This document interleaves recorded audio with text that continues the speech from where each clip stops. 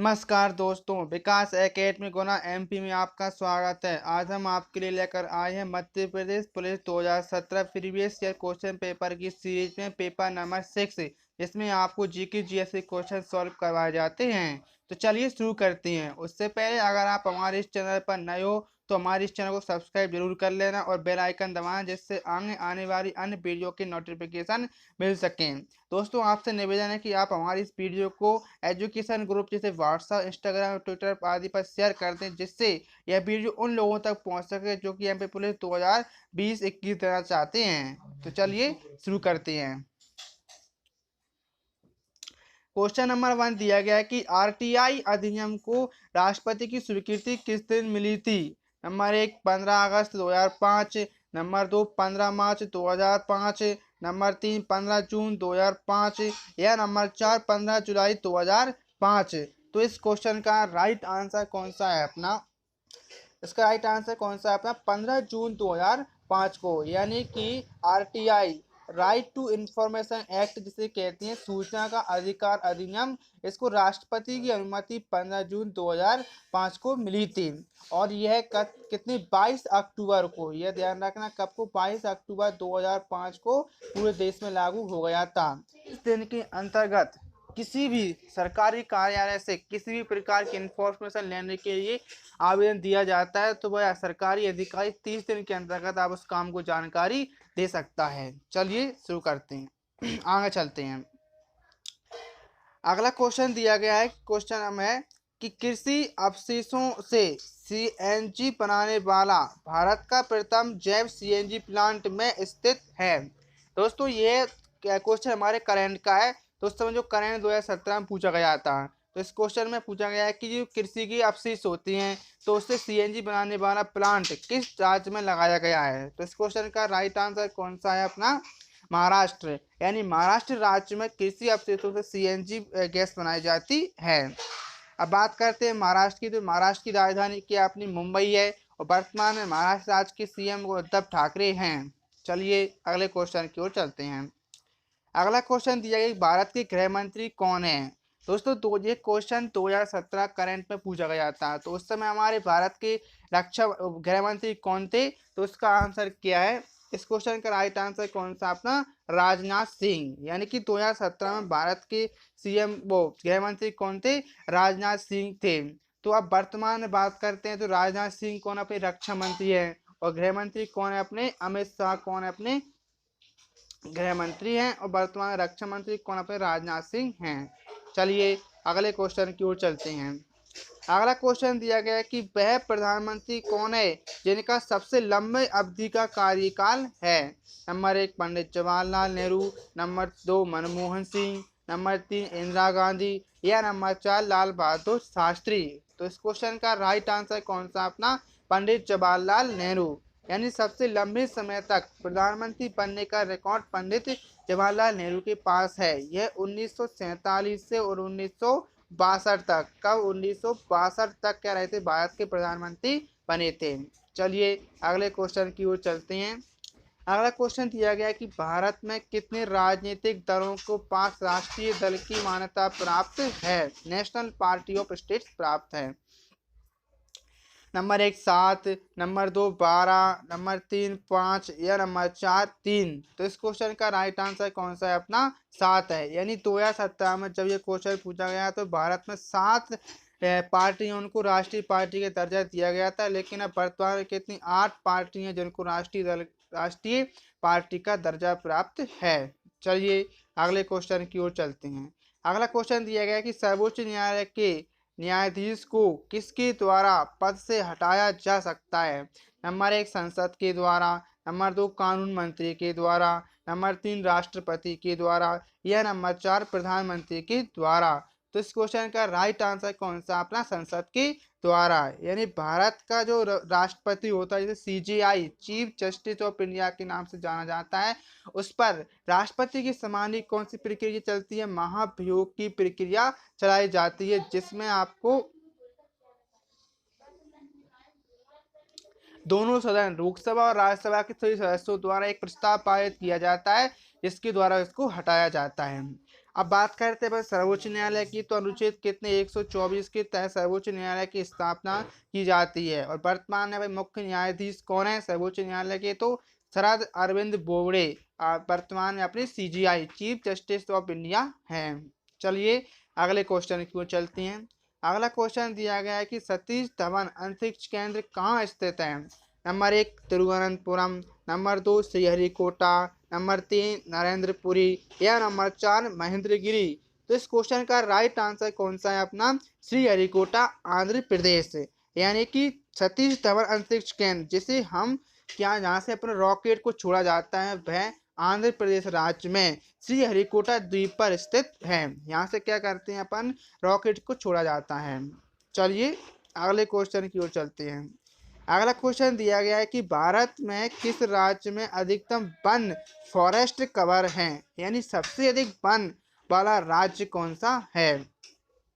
इसका right answer कौन सा अपना, मध्य प्रदेश। यानी सबसे अधिक वन संपदा प्राप्त करने वाला राज्य कौन सा, मध्य प्रदेश है। मध्य प्रदेश में देश के कितने 12% वन पाए जाते हैं, कितने 12% पाए जाते हैं।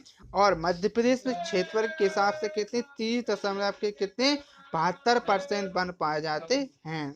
चलिए अगले क्वेश्चन की ओर चलती है। अगला क्वेश्चन दिया गया कि भारत के संविधान का कौन सा अनुच्छेद जम्मू एंड कश्मीर को विशेष स्थिति प्रदान करता है। दोस्तों ये क्वेश्चन हमारा कब पूछा गया, 2017 में पूछा गया था, जब जम्मू कश्मीर एक राज्य था। और उसे अनुच्छेद कौन सा है, उसका राइट आंसर अब बताना है। इसका राइट आंसर कौन सा अपना, 370। यानी अनुच्छेद 370 के तहत उसको विशेष राज्य का दर्जा प्राप्त किया गया था। लेकिन कब, अब 2019 में इसको विशेष राज्य का दर्जा समाप्त कर दिया गया है और इससे 2 केंद्र शासित प्रदेश बना दिए गए हैं। एक का नाम जम्मू कश्मीर और दूसरे का नाम क्या, लद्दाख है। इस हिसाब से वर्तमान में भारत में कितने अपने 8 तो केंद्र शासित प्रदेश है। और सबसे बड़ा केंद्र शासित प्रदेश क्षेत्रफल के हिसाब से कौन सा बन गया अपना, जम्मू कश्मीर बन गया है। चलिए अगले क्वेश्चन की ओर चलते हैं। अगला क्वेश्चन दिया गया कि भारत में 100% विद्युतीकरण प्राप्त करने वाला राज्य कौन सा है। तो ये क्वेश्चन भी हमारा क्या है, करंट अफेयर्स का है। तो इस क्वेश्चन का राइट आंसर कौन सा है अपना देखते हैं, गुजरात राज्य। यानी कि 2017 में ये क्वेश्चन पूछा गया था, तो उसके हिसाब से 100% लाइटिंग को पूरी करने वाला राज्य कौन सा अपना, गुजरात है। अब बात करते हैं गुजरात राज्य की, तो वर्तमान में गुजरात की CM कौन अपने विजय रूपाणी है। और गुजरात राज्य की राजधानी कौन सी है, अपनी अहमदाबाद है। स्टैचू ऑफ यूनिटी जो कि अपने कहाँ की, भारत की सबसे ऊंची मूर्ति कौन सी, स्टैचू ऑफ यूनिटी है, वो किस राज्य में स्थित है, गुजरात राज्य में स्थित है, जिसकी ऊंचाई कितनी 182 मीटर है। चलिए अगले क्वेश्चन की ओर चलते हैं। अगला क्वेश्चन दिया गया है कि 2016 में ब्रिक्स स्मार्ट शहर कॉन्फ्रेंस किस शहर में आयोजित की गई थी। Number 1 Shillong, number 2 Jaipur, number 3 Indore या नंबर 4 रायपुर। तो इस क्वेश्चन का राइट आंसर कौन सा है अपना, जयपुर में। यानी ये क्वेश्चन हमारा क्या करंट अफेयर्स का है, तो उससे पूछा गया है कि ब्रिक्स जो शहर है, ब्रिक्स स्मार्ट शहरों की जो कॉन्फ्रेंस है वो किस शहर में की गई थी। तो इसका राइट आंसर कौन सा अपना, जयपुर है। जयपुर की बात करते हैं तो यह राजस्थान राज्य की कौन सी, राजस्थान राज्य की राजधानी है, कौन सी है, जयपुर। इसको पिंक सिटी यानी गुलाबी शहर के नाम से भी जयपुर को जाना जाता है। चलिए अगले क्वेश्चन की ओर चलते हैं।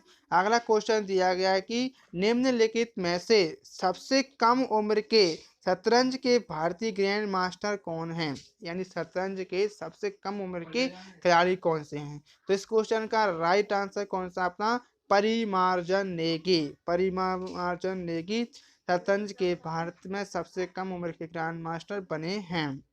बात करते हैं विश्वनाथ आनंद की, तो विश्वनाथ आनंद भारत के सबसे फेमस कौन से अपने शतरंज के खिलाड़ी हैं। और ये किस राज्य के, तमिलनाडु राज्य के हैं विश्वनाथ आनंद। और उनको सबसे पहले राजीव गांधी खेल रत्न पुरस्कार दिया गया था। किसको दिया गया, विश्वनाथ आनंद को। विश्वनाथ आनंद कहाँ के रहने वाले हैं, तमिलनाडु राज्य के हैं और शतरंज के खिलाड़ी हैं।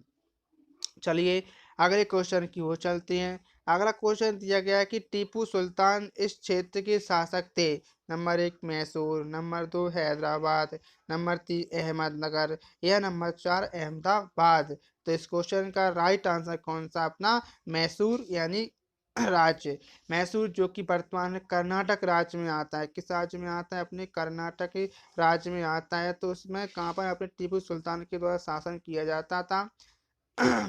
अब बात करते हैं अपन कर्नाटक राज्य की। तो कर्नाटक की वर्तमान राजधानी कौन सी है अपनी, बेंगलुरु है, जिसे हम साइंस सिटी के नाम से भी जानते हैं। जैसे अंतरिक्ष शहर के भी कहते हैं, हमें किसको, बेंगलुरु को कहते हैं। जहां पर अपने ISRO, Indian space research organisation, ISRO का मुख्यालय कहाँ पर स्थित है, अपनी बेंगलोर में ही स्थित है, जिसके कारण से अपन अंतरिक्ष शहर के नाम से जानते हैं।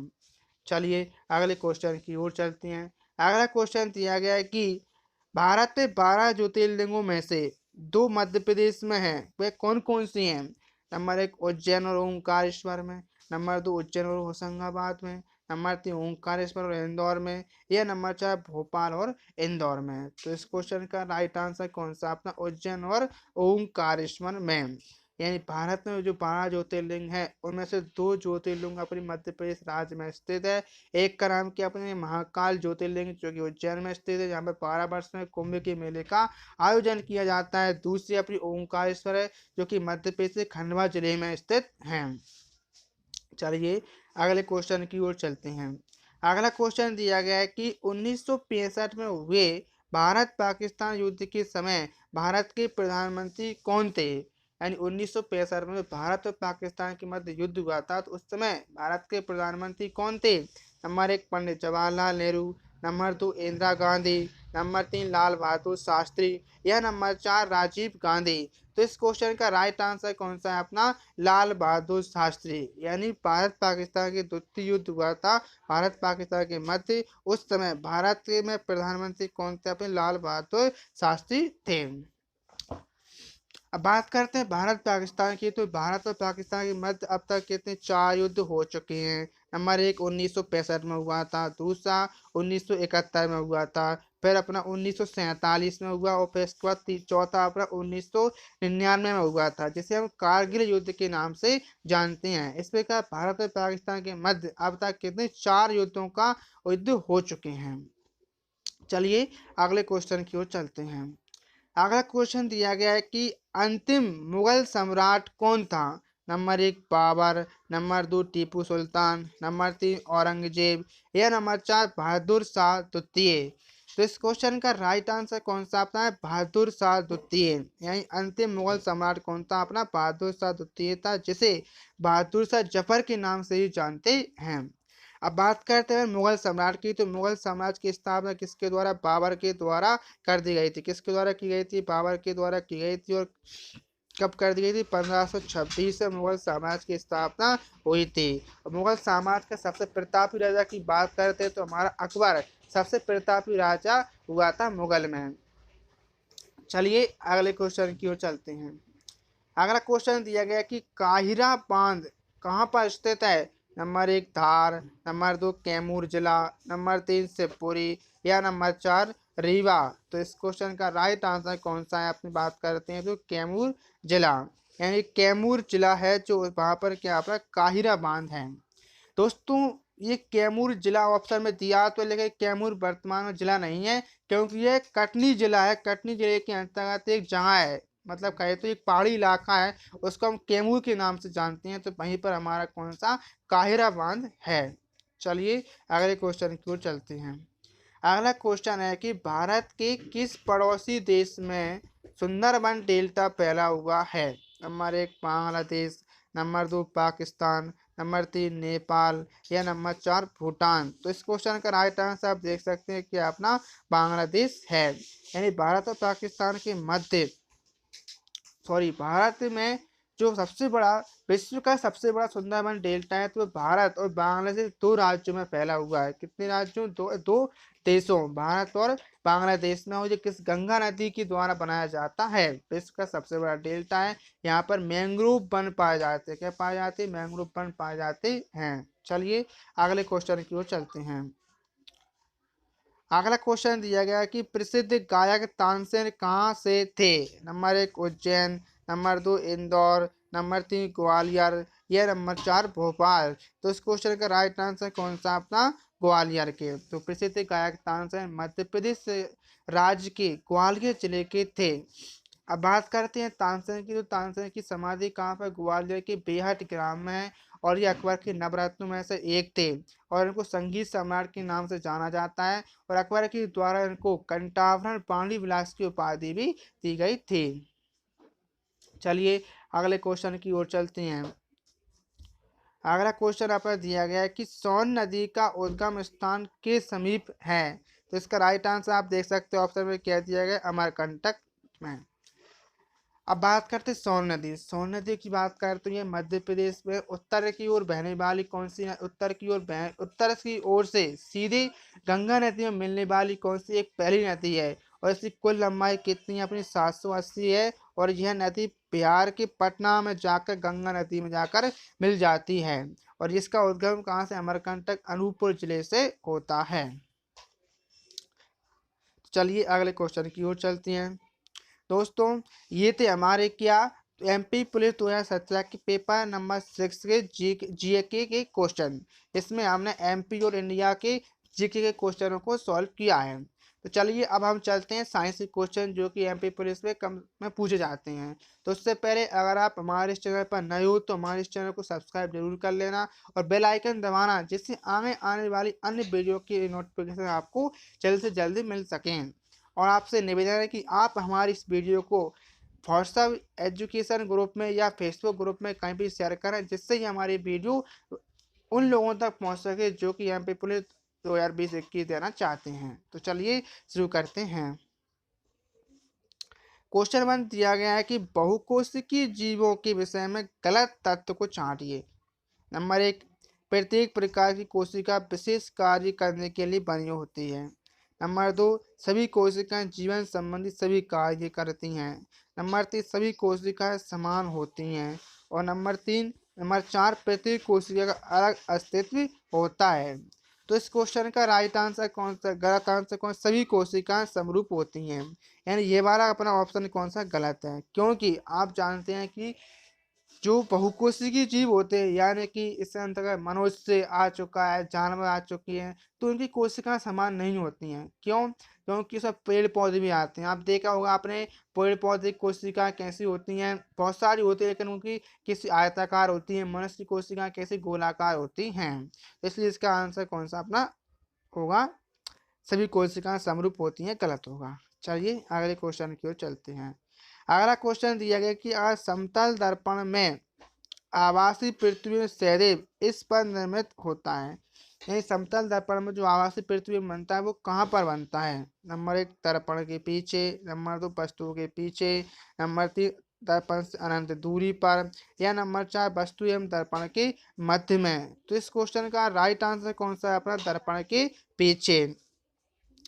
अब देखिए समतल दर्पण में वैसे हमारा कौन सा वास्तविक पृथ्वी में बनता है? कैसे बनता है? वास्तविक पृथ्वी में बनता है और यह पृथ्वी में कब बनता है? जब है वस्तु दर्पण के आगे रखी होती है। लेकिन जब आभासी पृथ्वी में बनता है तो वह पृथ्वी में दर्पण के पीछे बनता है जब वस्तु दर्पण से बिल्कुल सटाकर रखी गई हो। चलिए अगले क्वेश्चन की ओर चलते हैं।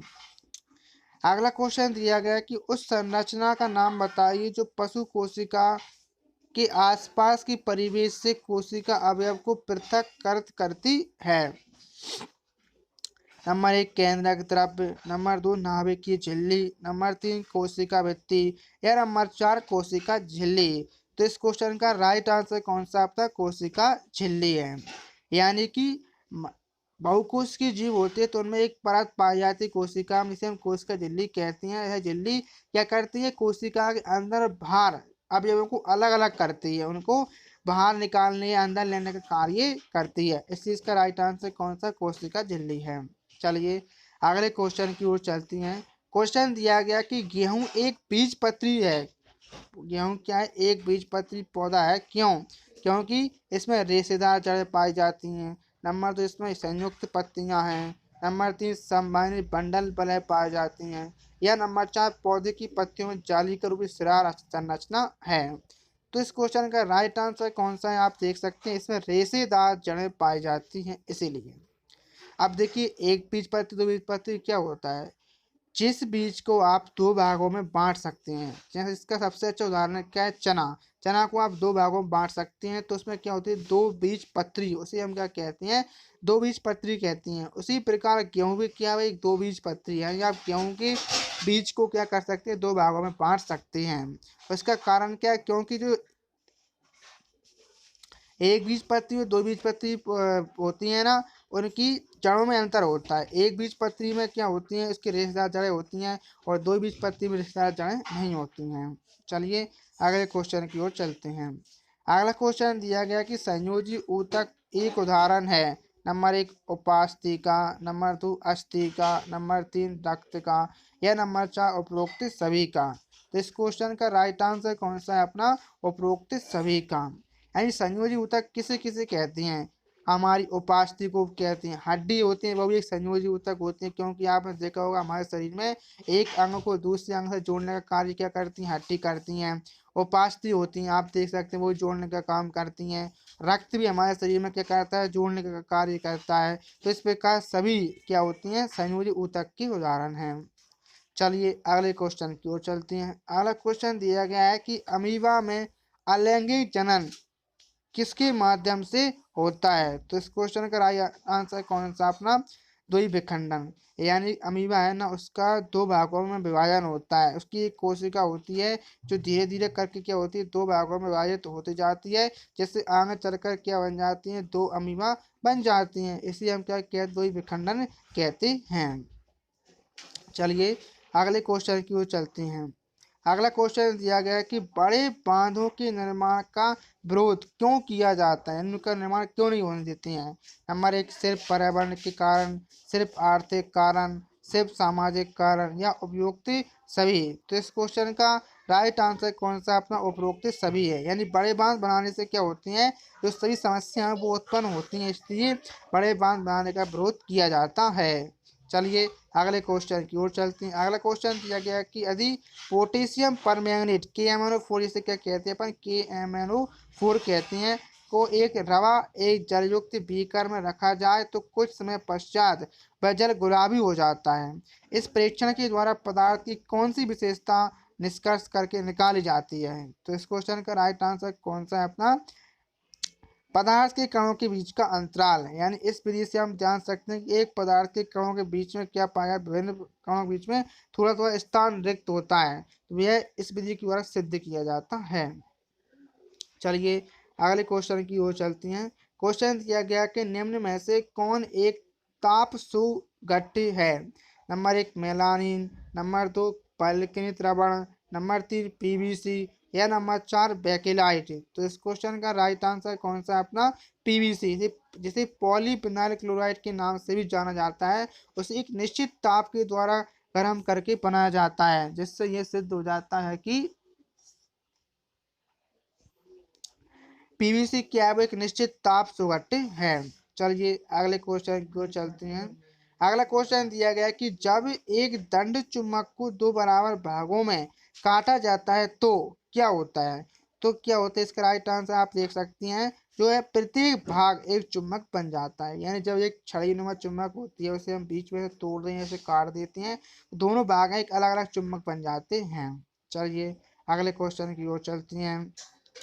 अगला क्वेश्चन दिया गया कि सौर सेल किसके द्वारा बने होते हैं।